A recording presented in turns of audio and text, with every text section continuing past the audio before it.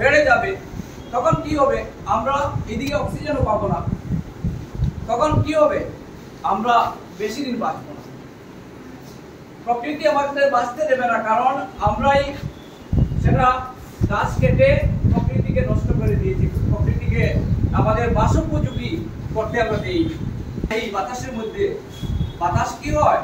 সেখানে global warming হয়। Global warming মানে বাতাস গরম হয়ে যায়। কার্বন ডাই অক্সাইড যখন থাকে বাতাসের মধ্যে ভাসমান অবস্থায়, সূর্যের তাপটা সেটা শোষণ করে নেয়, সেই কণাগুলো কার্বন ডাই অক্সাইডের কণাগুলো শোষণ করে নেয় এবং পৃথিবীকে উত্তপ্ত করে, যেটাকে আমরা ইংরেজিতে স্যারও বলেছেন গ্লোবাল ওয়ার্মিং।